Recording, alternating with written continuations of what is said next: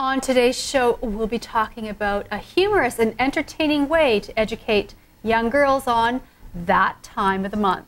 Hey guys watching, don't turn the channel because we've got something here for you too. Hello, I'm Shannon Skinner, and this is Extraordinary Women TV.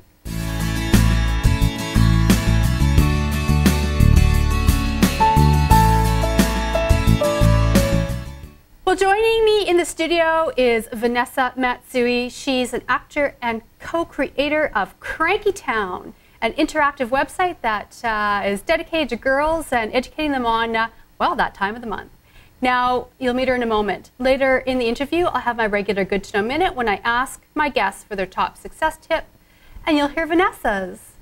Well, Vanessa Matsui, it's very nice to have you here today. Oh, it's so nice to be here. Thank you for having me. Yeah, my pleasure. Now, we're going to be talking about Cranky Town, but before we do, you've got a really interesting acting career. I know that you're playing right now the role of Irene on the comedy Seed, airing on City. Yeah. Let's talk a little bit about your character. Yeah, sure. So, well, Irene is really fun to play. Yeah. She's, I mean, she's sassy, I would say. She's not, she's nobody's girlfriend. I own a bar. I kind of boss the lead guy around. Yeah, it's fun. You play Eden in a web series as well, The Bitter End. Yeah, I do, Yeah. and that's very different. That is in The Bitter End, I play the, I guess, kind of like the dream girl, I would say. Now, I've watched some of the episodes, and it's really great stuff. I mean, you know, indie stuff, it's amazing what can be done today, you know, thanks to the internet and, you know, the platforms that are out there for filmmakers. Absolutely. Right? Yeah. Yeah. We were very lucky with The Bitter End because we received a very small grant from the City of Montreal to make it. And yeah, it was great. But it actually started as a completely improvised sitcom that we used to do every week in Montreal. So that's how we got the idea to do the web series. So Cranky Town, then, it's an interactive website where girls, young tweens and teenagers can go and learn about, well, everything about menstruation. Mm-hmm. And it's done in such an interesting way. I mean, I was having a good giggle last night when I was going through the website. So what can young girls expect when they go there? So there's several different stations that you can visit. One is the Bonfire, where we have collected first period stories from around the globe and then animated these stories with puppets, which we call documentary puppetry. You can also go to the nurses station, and that's just the basic facts about menstruation, but done in a sort of cheeky, humorous way as well.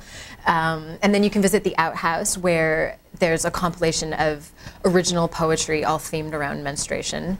And some incredible female artists contributed, such as Emma Thompson and Feist.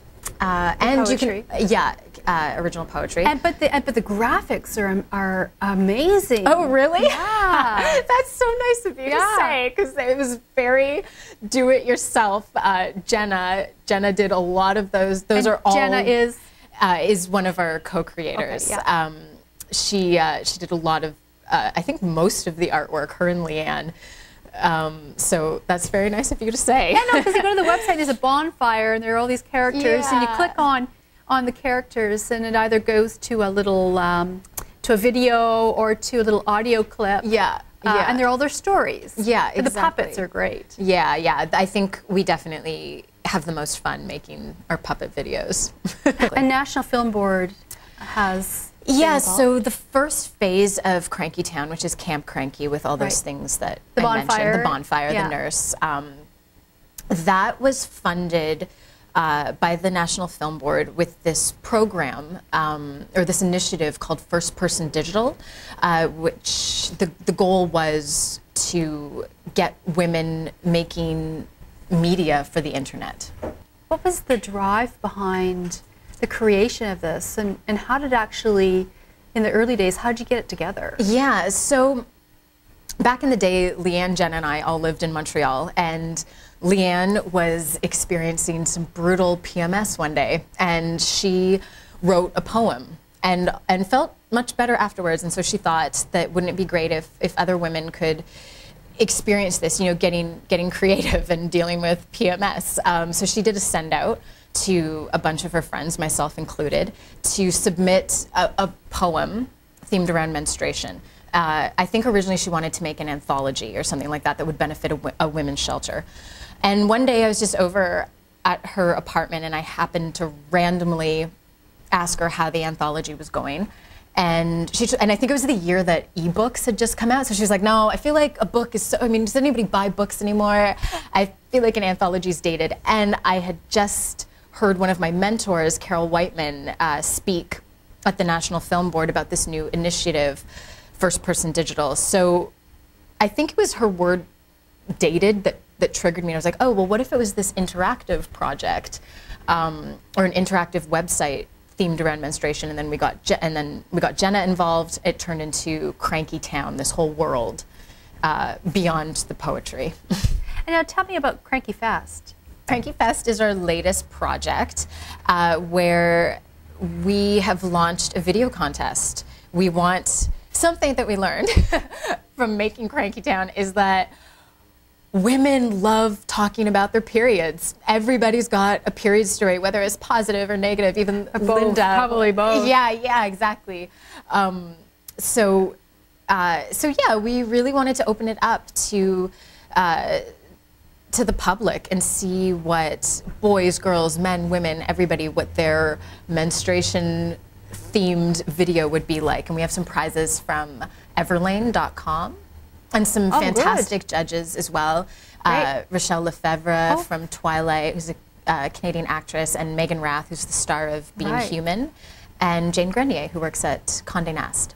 Oh, that's fantastic. Yeah. Some really interesting people involved. Absolutely. As well. So they're your jury. They will judge your period. So what kind of feedback have you been getting? You know, it's interesting. It's definitely mixed.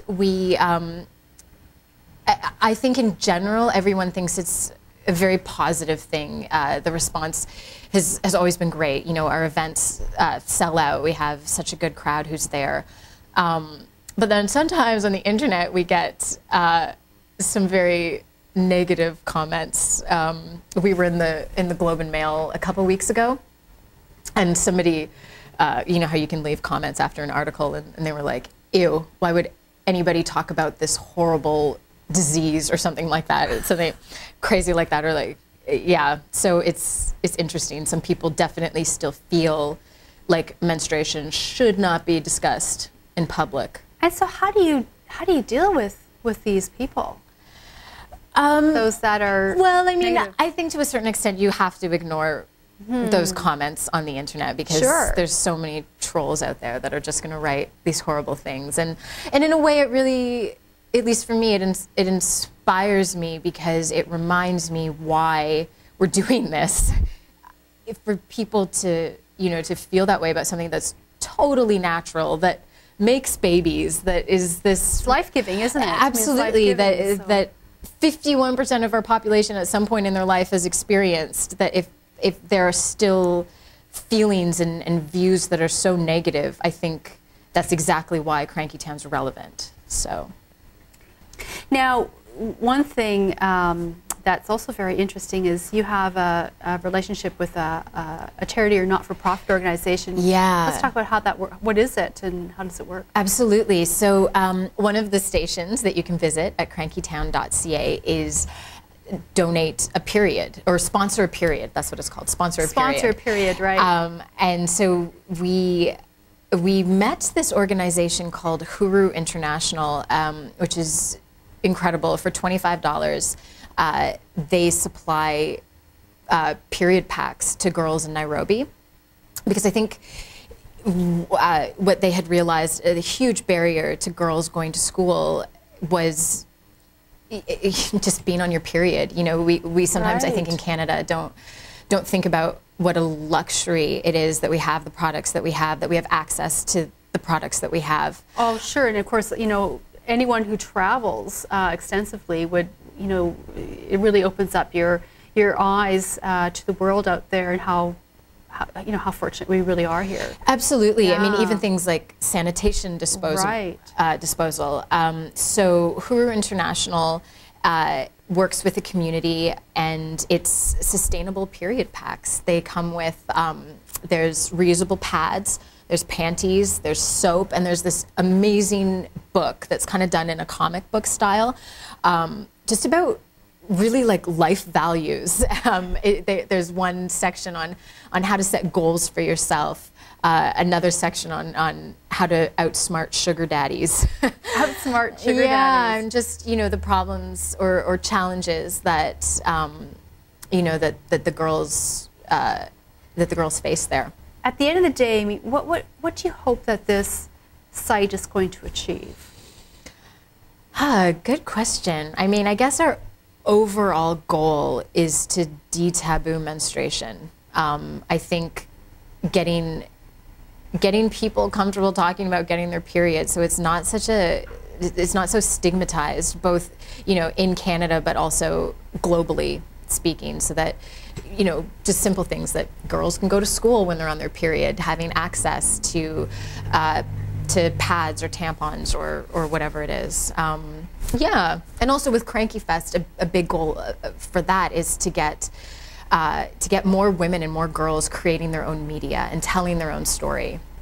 Well, you know, Vanessa, this is, you know, I interview a number of women who have the courage to listen to their hearts and take inspired action and make a difference. And you are one of those women. You're doing just that, and you're making a difference in the lives of many young girls here and overseas in Nairobi. So congratulations to you. Thank you. I've enjoyed hearing your story, and for more information, if anyone wants to find out more about Cranky Town, where do they go? Crankytown.ca, and if you'd like to sponsor a period, you can go to huruinternational.org. Love it.